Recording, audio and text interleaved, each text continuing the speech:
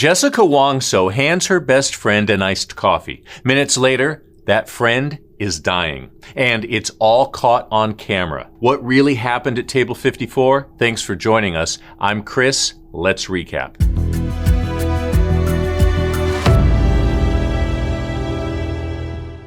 It's January 6, 2016. Three friends plan to meet at a beautiful cafe, tucked inside a luxury Jakarta shopping mall.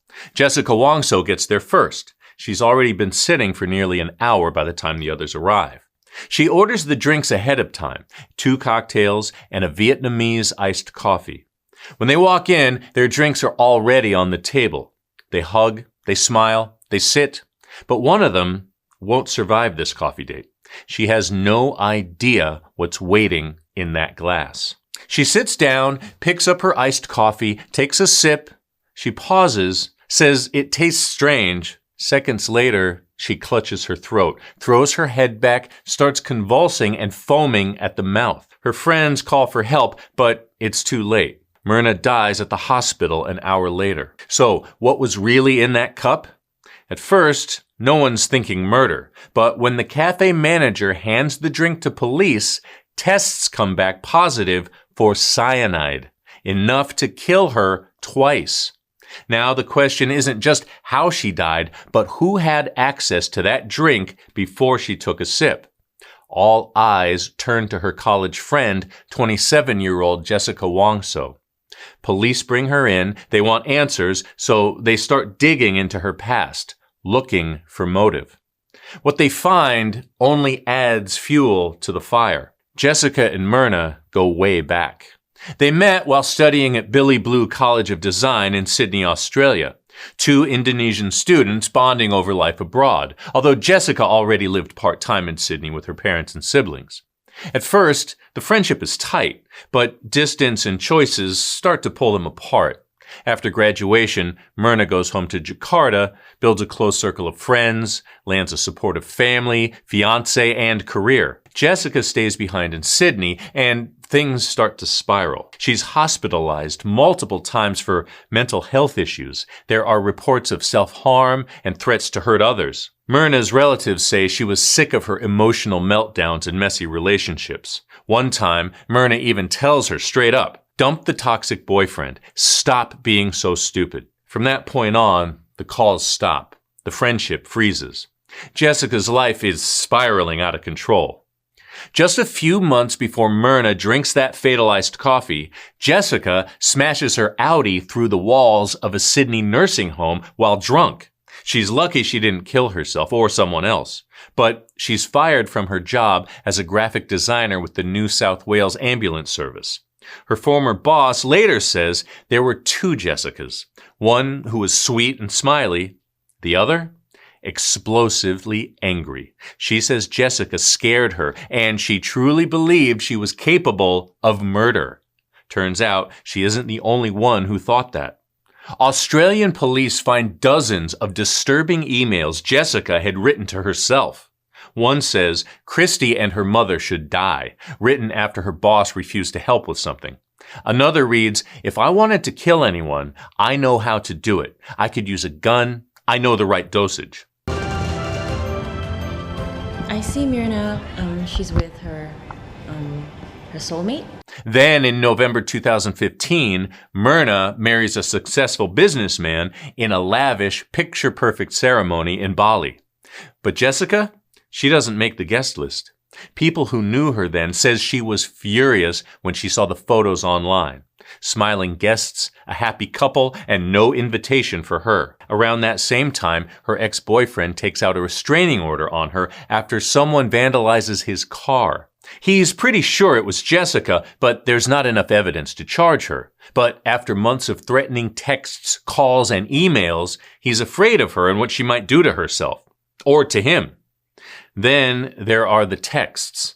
In one message, Jessica tells a friend she's thinking about leaving Australia to avoid $15,000 in fines and legal fees. She writes, "I could use the money to have an epic holiday, get new licenses anywhere my dad has power, rather than give money to those police ignorant C words." Her father is in plastics and her family is very wealthy. In another message, she says, "I'm being pushed again and again.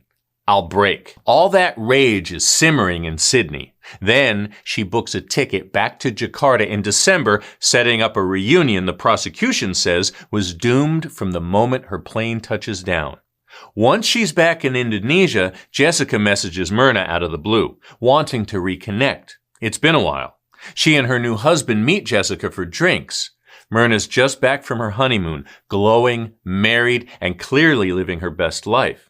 It's friendly on the surface, but her husband says Mirna was afraid to meet Jessica alone, so there's tension underneath. This is the first time Jessica's seeing her old friend in person since that lavish wedding a month or so ago, the one she wasn't invited to. After that first meetup, they make plans to see each other again, this time with a third friend from their design school days, just a casual coffee catch-up on January 6th. But hours before they're set to meet, Jessica starts texting. She says she wants to pre-order the drinks, asks what they want. She tells Mirna she'll grab her favorite, a Vietnamese iced coffee. Mirna politely says no, she'll order it herself when she arrives, but Jessica insists, so Mirna reluctantly agrees. They're supposed to meet at 5 p.m. Jessica gets there at 3:30. Prosecutors say that's not early, that's calculated, part of a plan. After a little shopping, Jessica returns to the cafe around 4:15. She's carrying 3 small bags, each one from the same shop. Inside, just a single bar of soap in each. 3 bags, 3 bars. Security cameras catch her moving through the restaurant, not heading straight to her seat. Prosecutors say she's scoping out the place, checking tables, and even glancing at the CCTV camera locations. Eventually, she settles into table 54, a booth tucked in the back facing a low wall. She orders 3 drinks, a Vietnamese iced coffee for Mirna and 2 cocktails, a Sazerac and an old-fashioned for herself and the other friend. The waiter brings the coffee out first, then the cocktails, but something's off. He later testifies the straw was already in the iced coffee when he delivered the cocktails. He didn't do it, so Mirna must have inserted it. But the bigger red flag, the coffee is already watery. The ice has melted. Still, no one asks for a new one. Then Jessica does something unusual. She places those 3 bags, the ones from earlier, on the table right in front of the drinks, blocks them from view. According to prosecutors, that could be the moment the cyanide was added. A few minutes later, she moves the bags to the empty space next to her. Not long after that, at 5:16 p.m., Mirna and the third friend walk in. Mirna takes 1 sip of her iced coffee and immediately says, "This tastes awful." Seconds later, she slumps back in her seat. Her body seizes. She starts convulsing. Froth forms at her mouth. It's a horrifying scene, but prosecutors say Jessica's reaction is strange. She doesn't rush to help. She doesn't panic like the others. Instead, she calmly steps back and watches the action. Then she asks the cafe manager what was in the coffee. That manager, sensing something isn't right, saves the drink for police. Tests later confirm what no one could have imagined. There's cyanide in the cup. So, how easy is it to get cyanide? At that time in Indonesia, not hard. It was commonly used by illegal fishermen. A small amount dumped into a stream or pond stuns the fish and sends them floating to the surface. Cyanide is also used in the manufacturing of certain kinds of plastics. Just a tiny dose can kill a person. Even skin contact can cause irritation. That's why police zero in on what Jessica does next. Surveillance video shows her rubbing her hands on her pants like she's trying to wipe something off. Just days later, she tells her housekeeper to throw those pants out. Why? Jessica says they were torn beyond repair. After Mirna's autopsy is done on January 10th, investigators bring Jessica in. Not once, but 5 separate times. They even stage 3 reenactments of the cafe scene. Then, on January 30th, 3 weeks after that fateful coffee date, they arrest her. As far as they're concerned, she's a killer. But is it really that simple? No one actually saw her spike the drink, and prosecutors never figured out where the cyanide came from. Nothing turned up at her apartment. and they were never able to trace the poison back to her. And without hard forensic proof, can anyone say for sure what happened behind those shopping bags? Even the cause of death raised questions. Mirna's family declined a full autopsy for religious reasons. Only her stomach, liver, and urine were tested. And while prosecutors say 298 milligrams of cyanide were found in the coffee, just a small trace showed up in her stomach. With so many unknowns, this case almost didn't make it to trial. But then, Australia gets involved. Police in Sydney hand over her records to Indonesian authorities, documents outlining Jessica's mental health history, violent threats, her drunk driving accident, and disturbing behavior toward coworkers. That changed everything. Prosecutors leaned hard on her troubled past. They argued it revealed motive. They say Jessica was still heartbroken over her breakup with an Australian boyfriend when she reunited with Mirna and her new husband in December. Seeing them so happy, they claim, sent her into a jealous rage, a need to hurt the friend who had everything she didn't. That's the theory, but in a case built on behavior, not physical proof, will the judges buy it? The trial kicks off in June 2016, and it becomes a media circus. Crowds line up outside the courthouse. Every moment is broadcast live on national television. People tune in like it's a soap opera, because this isn't just a murder trial, it's the iced coffee murder trial. And Jessica Wongso, she's front and center. For 136 days, the court dives into her past, her relationships, her behavior, every text, every stare, every flicker of emotion. Prosecutors paint her as cold, calculating, and consumed by jealousy. The defense says she's innocent, that the case is built on assumptions, not proof. Experts called to testify argue about everything, even down to the way Mirna died. Some even say it could have been natural causes, a heart attack. No one ever finds the cyanide. No one ever sees her poison the drink. But it's the behavior that sticks. The shopping bags, the early arrival, the calm reaction as her friend collapses just feet away.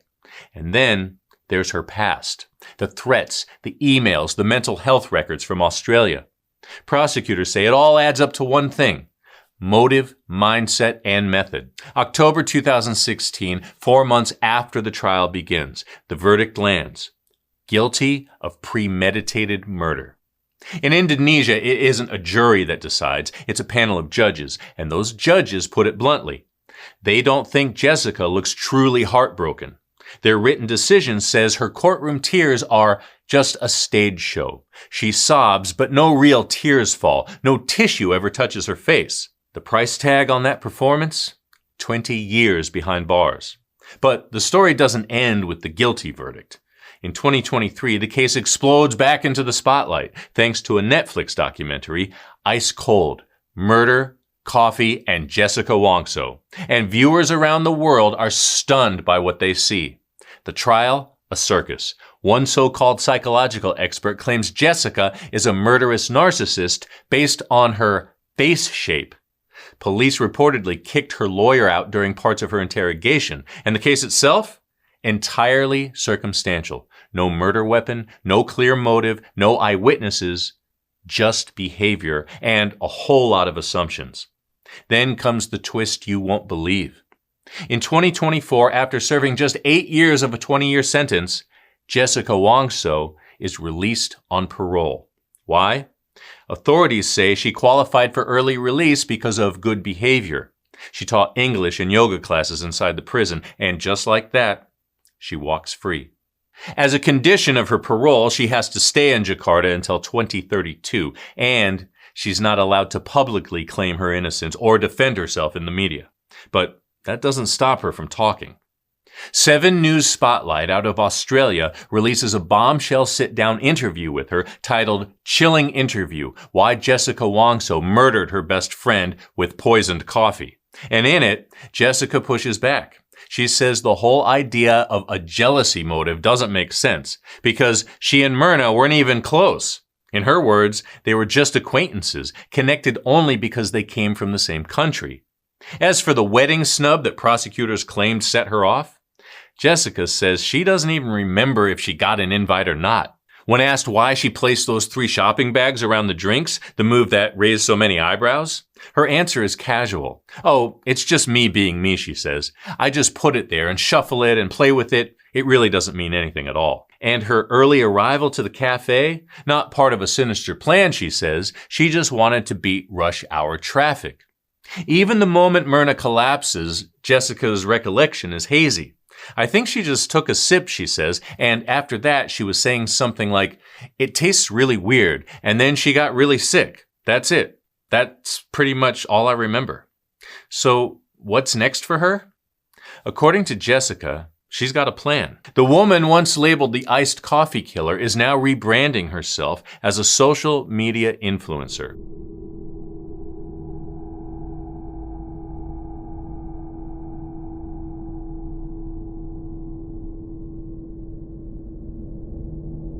She's already fielding offers. Indonesia's largest coffee chain reportedly wants to collaborate. And then there's interest from beauty brands, food companies, even tech products. So, what do you think? Is Jessica Wongso a misunderstood woman trying to rebuild her life? Or is this just the next chapter in a story that's always been about control, image, and attention? Let us know in the comments, and don't forget to subscribe for more crime in half the time. I'm Chris. Amy and I are here 3 times a week. Until next time, take care.